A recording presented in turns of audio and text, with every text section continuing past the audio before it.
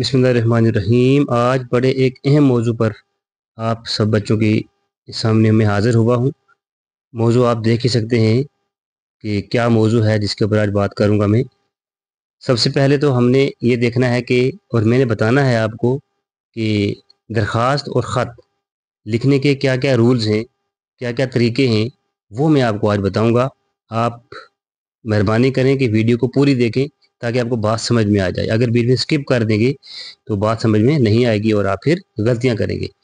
अक्सर देखा गया कि जब भी कोई लेटर या एप्लीकेशन यानी ख़त और दरख्वास्त आपको पूछी गई है इम्तिहान में, आप उसमें अक्सर गलतियां करते हैं कहने के और बताने के बावजूद भी। तो फिर मैंने मुनासिब समझा कि आज आपके सामने एक वीडियो के ज़रिए आपको बता दिया जाए कि आप किस तरह से कोई भी ख़त लिखते हैं तो उसमें कहाँ कहाँ किस किस चीज़ को कौन कौन सा रूल फॉलो करना है ताकि आपको अच्छी तरह से समझ आ जाए और आप अच्छी तरह से कर पाएँ।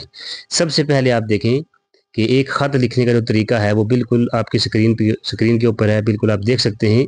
तो फिर भी मैं मज़ीद बताने की कोशिश करूँगा कि किस तरह से आप एक ख़त को लिख सकते हैं और कौन कौन सी चीज़ कहाँ कहाँ पर आप लिख सकते हैं। सबसे पहले अगर एग्ज़ाम में आपको कोई भी लेटर पूछा गया तो उस लेटर के कुछ रूल्स हैं जिनको आपको फॉलो करना बहुत ज़रूरी है। सबसे पहला रूल ये है कि आपने ये जो चीज़ होती है, जैसे कि चचा के नाम तोहफ़ा भेजने के लिए शुक्रिया का ख़त, तो ये चीज़ तो बिल्कुल भी आपने अपने आंसर शीट के ऊपर नहीं लिखनी है। पहली बात यहाँ पर ख़त्म, क्योंकि इसका लिखने का कोई फ़न ही नहीं है, वहाँ पर कोई ज़रूरत ही नहीं है कि आप इसको शीट के ऊपर उतारेंगे, टाइम भी वेस्ट करेंगे और शीट को भी वेस्ट करेंगे। ये बात यहाँ पर ख़त्म हो गई, इसको ज़हन में रखना है। उसके बाद क्या करना है, फिर आपने क्या करना है राइट साइड से, ठीक है, यानी अपने दाहिनी साइड से आपने शीट को कर लेना है। वहाँ पर आपने कोई भी आपको एप्लीकेशन लेटर पूछा है तो आपने यहाँ से इस तरह से स्टार्ट करना है। जैसे आप देख सकते हैं इम्तिहान हाल, और हाल यही वाला लिखना है आपने। कौन सा हाल? ये वाला हाल ज़हन में रख लेना। दूसरे वाला हाल जो होता है वो बिल्कुल भी नहीं लिखना है, ये वाला हाल लिखना है, ठीक है। फिर उसके बाद जब हाल हो जाएगा फिर आपने मुकाम कौन सा है, आप किस जगह से लिख रहे हैं वो लिखना है, जैसे आप देख सकते हैं। उसके बाद तारीख आ जाएगी, बिल्कुल बराबर बराबर में लिखनी है ये चीज़ें, इनको भूलना नहीं है। अगर आप ये वीडियो को स्किप कर देंगे तो फिर ये चीज़ें आप फिर गलतियाँ करेंगे वहाँ पर, तो इसको आपने स्किप नहीं करना बल्कि पूरा देखना है, ठीक है। तो फिर एक लाइन नीचे आना है, फिर मोहतरम चचा जान है, अगर चचा के नाम लिखने हैं तो चचा जान लिखना है। वालिद साहब का नाम लिख रहे हैं तो मोहतरम वालिद साहब लिखना है। अगर आप किसी दोस्त के नाम या छोटे भाई के नाम लिख रहे हैं तो उसमें आपने अपने प्यारे दोस्त, प्यारे भाई, तो ये सारी चीज़ें लिखनी है। फिर आपने एक लाइन नीचे आ जाना है, फिर लिखना है आपने आदाब। आदाब कहाँ लिखना है? बिल्कुल इम्तिहान हाल के बिल्कुल बराबर में। जब ये हो जाएगा उसके बाद आपने लाइन को थोड़ा सा छोड़ के पैराग्राफ की शेप देकर, शक्ल देकर इतनी लाइन जो है वो स्टार्ट करनी है इतनी जगह से। जब ये हो जाएगा पूरा लिखने के बाद, जब आपका ख़त जो है वो एंड हो जाएगा, ख़त्म हो जाएगा यहाँ तक, उसके बाद जब आप लिखेंगे अपना हाल हवाला, तो उसमें आपने क्या करना है, सिर्फ चचा के नाम लिखना है तो उसमें लिखना है आपका भतीजा। अगर पापा के नाम लिखना है तो आपका बेटा। मामू के नाम लिखना है तो आपका भांजा। भाई के नाम लिखना है तो आपका बड़ा भाई या छोटा भाई, ठीक है। दोस्त के नाम लिखना है तो आपका दोस्त। तो ये कुछ रूल्स थे जो लेटर में आपने फॉलो करने हैं, क्योंकि लेटर में जो रूल्स होते हैं उनको फॉलो करना बहुत ज़रूरी होता है, तब जाकर आपको अच्छे नंबरात मिल सकते हैं। क्योंकि ये जो चीज़ है, ये और ये, इसके कम से कम आपको 4 नंबर मिलते हैं, ठीक है। मान लो अगर 8 नंबर की एप्लीकेशन है या 6 नंबर की एप्लीकेशन है तो 2 नंबर यहाँ से मिल गए, 2 यहाँ से मिल गए, 4। तो बीच वाला जो कुछ आपने लिखा पूरा आला वाला, उसमें से आपको 2 नंबर मिलते हैं। अगर आपने ये 2 नंबर में इनमें भी गलत कर दिया, इनमें भी गलत कर दिया, तो आपके 4 नंबर कट गए, तो बच गए कितने? 2 नंबर। तो 2 नंबर कोई माने नहीं रखते हैं, इसलिए आपने इसको अच्छी तरह से फॉलो करके लिखना है। तो ये था लेटर। अब हम बात करेंगे एप्लीकेशन के बारे में। तो एप्लीकेशन कैसे लिखी जाती है उसके बारे में भी आप थोड़ा देख लें। बिल्कुल आपने क्या करना है कि पहले मैं यही बताऊंगा कि ये जो चीज़ है आपकी, ये इसको बिल्कुल भी आपने शीट के ऊपर नहीं लिखना है। ये हो गई बात ख़त्म यहाँ पे।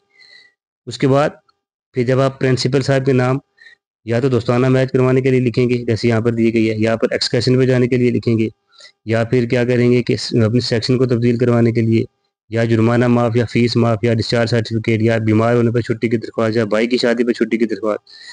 تو جو ٹاپک دیا ہوا کس ٹاپک پہ لکھنی ہے اس کو لکھنے کی بالکل ضرورت نہیں ہے. یہ بات آپ نے ضرور ذہن میں رکھنی ہے.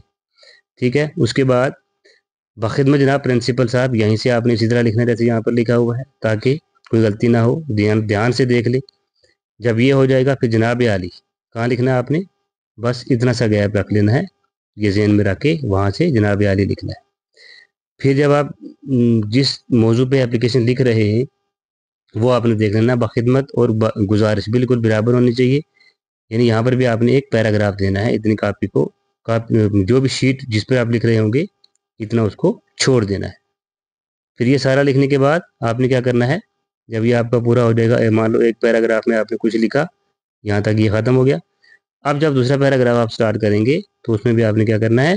بالکل اسی کے برابر سے سٹارٹ کرنا ہے تاکہ اس میں کوئی غلطی نہ ہو. پیراگراف دینا ہے. یہ بہت ضروری ہوتا ہے. جب بھی کوئی چیز آپ لکھیں اس میں پیراگراف دینا بہت ضروری ہوتا ہے. یہ کچھ رولز ہوتے ہیں جن کو فالو کرنا بہت ضروری ہوتا ہے تاکہ آپ نے سیکھا کیا سمجھا کیا یہ ساری چیزیں پتہ کب چلتی ہیں؟ جب آپ رولز کو میتھڈز کو فالو کر دیں. تو یہ جب آپ لکھ لیں گے پورا یہاں تک جب یہ آپ کی اپلیکیشن ختم ہو جائے گی تو لاسٹ میں آپ نے لیفٹ سائڈ میں جانا ہے بائیں طرف. وہاں پر لکھنا ہے جناب والا کی نوازش ہوگی. ٹھیک ہے. پھر اگر آپ پکنک جانے کی درخواست لکھ رہے ہیں یا کوئی کرکٹ میچ کروانے کی درخواست لکھ رہے ہیں یا کوئی اور کسی موضوع پہ درخواست لکھ رہے ہیں جس میں پوری کلاس کی طرف سے کوئی درخواست ہو تو اس میں آپ نے لکھنا ہے عرض نیاز مندگان. یہ ضروری لکھنا ہے. جماعت ششم ہے آپ کی, ہفتم ہے, دہم ہے, نہم ہے, ٹھیک ہے, چہارم ہے, پنجم ہے, جو بھی ہے وہ آپ نے لکھنی ہے. پھر لاسٹ میں لکھنا ہے بازریہ کلاس مانیٹر.